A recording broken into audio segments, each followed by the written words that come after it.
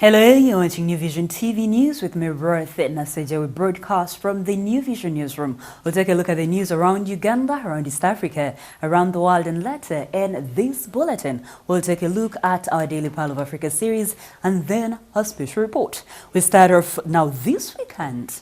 The world is celebrating a golden jubilee of one of the greatest scientific achievements in history, a man walking and working on the moon. And did you know that part of the treasure Neil Armstrong brought back from the moon is right here in Kampala? Get all those details in the Saturday Vision, which is already on sale. Still in the Saturday Vision, Museveni Katikilo clash. Also, Nagenda's tech can be expected in the Saturday Vision.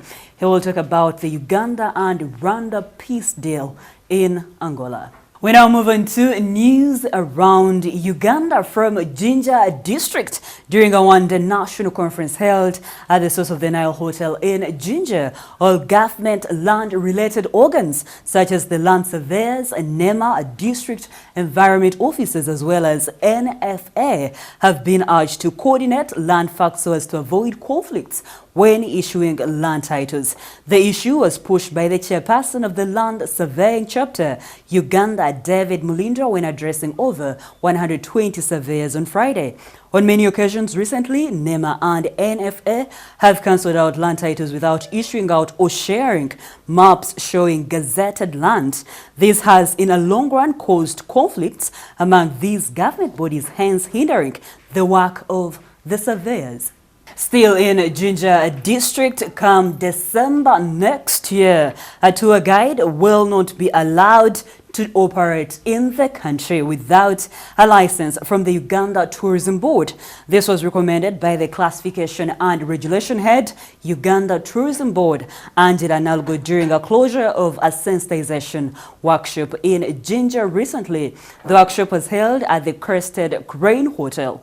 Uganda Tourism Board has in the past few weeks sensitized over 600 tour guides from the districts of Fort Portal, Kasese, Kisoro, Mbarara, Kapchora, Mbale, Moroto, and Jinja, with a notion of sensitizing them on the way they are supposed to conduct themselves if they want to attract more tourists. Tour guides' earnings range from 10,000 shillings and 60,000 shillings daily, depending on where they are located. News coming in from Bugwedi District. The director and teachers of St. Jude Nursery and Primary School in Idudi Town have defied authorities' directives to close their school following double fire outbreak. The boys' dormitory caught fire twice on the 29th of June and 10th July this year, where pupils' belongings perished. Both incidents prompted the district security committee and the education department to close the school temporarily, depending investigations into the cause of the fire outbreak. However, when Eve Nalugo Kwesiga, the resident district commissioner in charge of Bugweli and Iganga districts, together with the Bugweli district police commander John Inkudizana, visited the school, they found it operating normally. The shocked and angry Kwesiga and Indudizana questioned the director of the school, Ibrahim Sava, why he defied the orders. Sava responded that they only reopened a day session, but the boarding section was still closed. However, there were beds with mattresses covered by bedsheets in the dormitory. Sava was ordered to go to Bugwedi police to make statements over the reopening of the school. Still speaking fire outbreaks in schools, unknown arsonists set Kamuli Township Primary School boys' dormitory on fire, in which property worth millions of shillings was lost. In narrating the Horoda story, Manhan Waga, a primary 7 pupil at the school, narrated that on the fateful evening, he saw some people sneaking into the school wearing dark jackets. Sadly, when the pupils reported for evening classes, the dormitory caught a fire. According to an eyewitness, who is also a parent of 2 children at the school, the fire started at about 8:30 p.m. Ahmed Madiri, the district police commander, said the preliminary investigations show an arson attack since they recovered a 3-liter container with some fuel, which they believed was used to burn down the dormitory. Moving up to the west, in Rukunjiri district, the police are investigating circumstances that led to the death of 47-year-old teacher. The deceased, identified as Kamu Kahambisa Becharika, has been the head teacher of Chabgashe High School. Becharika is found dead in a house which is in Butagasi Cell, Chinyasana ward in Rukunjiri municipality. It is reported that at the time of his death, his wife was on business in Kampala. According to the Kigezi Regional Police spokesperson Eli Mate, the police rushed to the scene and took samples of food suspected to be poisoned. Becharika's body is currently at Imbara Regional Referral Hospital for a post-mortem. This is a sudden death of the headmaster of Chabgashe High School, which was found lying in his bed. And as we talk, it is yet a sudden death. However, we don't take it for granted as police. That's why post-mortem must be done to establish the rightful cause of death. Also, as part of the investigations, the leftovers of the food we had previously taken has been exhibited. Otherwise, inquiries continue. Let's continue looking at more stories making news around Uganda. From Kampala, Uganda's capital city, the Uganda Muslim Supreme Council is to undertake a multi-billion project to construct 9 regional Muslim headquarters that will coordinate Muslim affairs countrywide. Mufti Ramadan Mubaje has said the new development comes in a wake of a recent move by the old Kampala-based Uganda Muslim Supreme Council to decentralize service delivery by creating 9 semi-autonomous Muslim regions. Each Muslim region is to be headed by a regional Qadi who will be directly reporting to the Mufti. Mubaje says each of the regional headquarters is to have a regional mosque, schools, a vocational institute, a healthy center, an administrative block, as well as income-generating projects. Mubaje made the remarks at the consecration of Sheikh Mustafa Lule as the pioneer regional Qadi of East Buganda Muslim region. We close off the news around Uganda from Jinja district. Residents of Butagaya sub-county are lamenting over the large number of dogs that have invaded their locality. According to Richard Munyegera, the also chairperson of Kamira village, the stray dogs are killing people's goats and pigs. Ronald Mayer, a resident of Kamira village, says he has lost 3 goats to the dogs. Margaret Nabidie, a resident of Namagero Parish, Butagaya sub-county, lamented that her 10 piglets, delivered by 2 souls, had been taken away by the wild dogs. Munyegera is worried that the dogs are fueling poverty in the area since animals or birds bought to boost household incomes are being lost overnight. No one knows where the dogs are coming from.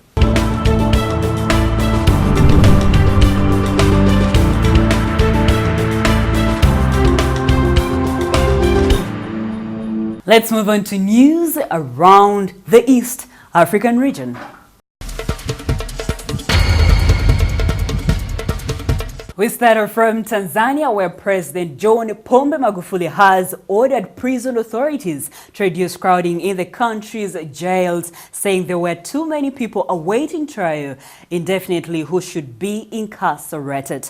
Magufuli, who came to power in 2015 as a corrupt fighting man of the people and lately criticized by his authoritarian leadership style, gave the order after touring an overcrowded prison.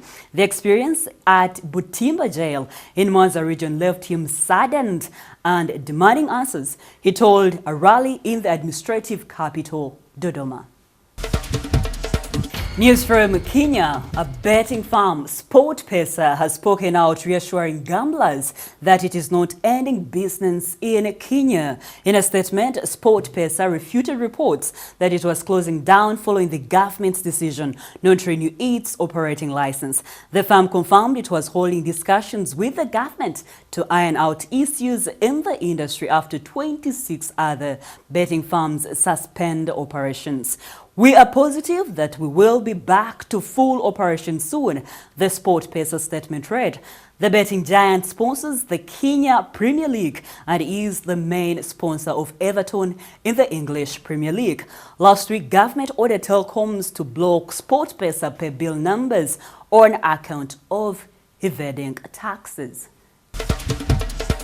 Closing off the news around East Africa is a story from South Sudan. Death from suspected food poisoning have been reported in Bear State, which is controlled by the SPLM in opposition. So far, 7 people have died after consuming poisoned food distributed by the World Food Programme. Now, locals suspected that it could be the work of President Salva Kiir and his government to eliminate them. World Food Programme had earlier warned residents that the sorghum originating from India, which was airdropped, was not fit for human consumption, while at that from Tanzania was safe. The government is silent, but the residents have asked for investigation.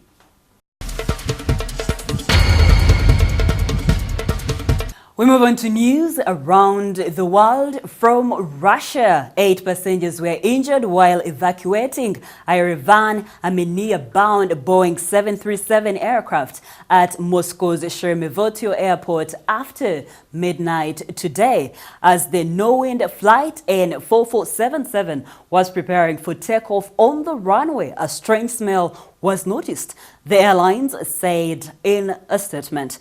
As the crew informed airport authorities, the pilot staged the plane off the runway from cutting the engines.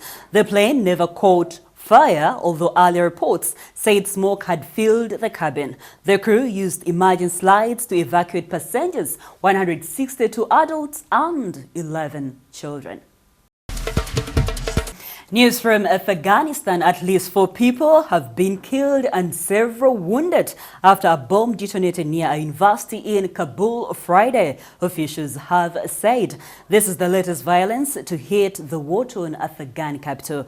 The explosion took place near the southern entrance to Kabul University. An official with the Interior Ministry's media office told AFP. In Japan, details emerged on Friday of a horrifying inferno that tore through a Japanese animation farm and killed dozens, with people jumping out of the 3-story building and others trapped in the staircase, unable to escape. Eyewitnesses described a fire that was like looking at hell after a man apparently dosed the production company office in the city of Kyoto with inflammable liquid and set it alight. Experts and the firefighters say the blaze would have raged uncontrollably throughout the structure almost instantly, leaving the dozens of people inside with almost no chance to escape. A report coming in from Canada. Canada announced Thursday it had agreed to financially compensate victims of sexual assault who had served in the military or the Defense Ministry. A long official survey launched in November 2016 revealed at least 3 acts of sexual violence or aggression occurred each day in the Canadian military, often committed by a superior officer. Nearly 1,000 members of the Army said they were victims of undesired sexual contact, rape, harassment, or other acts of sexual aggression. We close off the news around the world from Sri Lanka. Sports Minister has ordered the sacking of the national cricket coach after a lackluster World Cup campaign that saw just 3 wins from 9 games, officials said Friday. Chandika Hathrasinga and his assistants would be fired after Sri Lanka's upcoming one-day series against Bangladesh, a Sri Lanka cricket source told AFP. Sports Minister Harin Fernandes ordered the coaches should go after the Bangladesh tournament. The official said, adding that Fernando had wanted to make the changes before the World Cup. That is it for the news around the world. We now take a short break, but when we come back, we'll take a look at the news in business.